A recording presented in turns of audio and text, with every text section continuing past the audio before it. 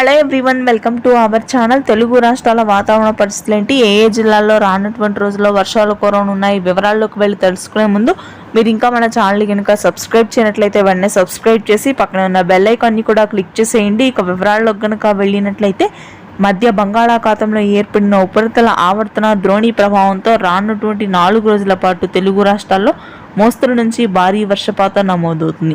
ముఖ్యంగా జూన్ 18 నుంచి కూడా 24 వరకు తెలుగు రాష్ట్రాల్లో భారీ వర్షాలు కురవనున్నాయి. హైదరాబాద్ నగర ప్రాంతంలో మోస్తరు నుంచి భారీ వర్షాలు, ఈదురుగాలులతో కూడినటువంటి వర్షపాతం నమోదవుతుంది. ఇక మధ్య తెలంగాణ, ఉత్తర తెలంగాణ ప్రాంతాల్లో తేలికపాటి వర్షాలు కురుస్తాయి. మంచిర్యాల, పెద్దపల్లి, జగిత్యాల, నిర్మల్, ఆదిలాబాద్, మహబూబ్ నగర్, వికారాబాద్, వనపర్తి, నాగర్ కర్నూల్, నల్గొండ, రంగారెడ్డి ప్రాంతాల్లో భారీ వర్షపాతం నమోదవుతుంది. ఈదురుగాలుల ప్రభావం కూడా అత్యధికంగా ఉంటుంది. ఇక రాయలసీమ విషయానికి వచ్చినట్లయితే చిత్తూరు, కడప వ్యాప్తంగా తేలికపాటి వర్షపాతం నమోదవుతుంది. కర్నూలు, అనంతపురం వ్యాప్తంగా పొడి వాతావరణమే కొనసాగుతుంది.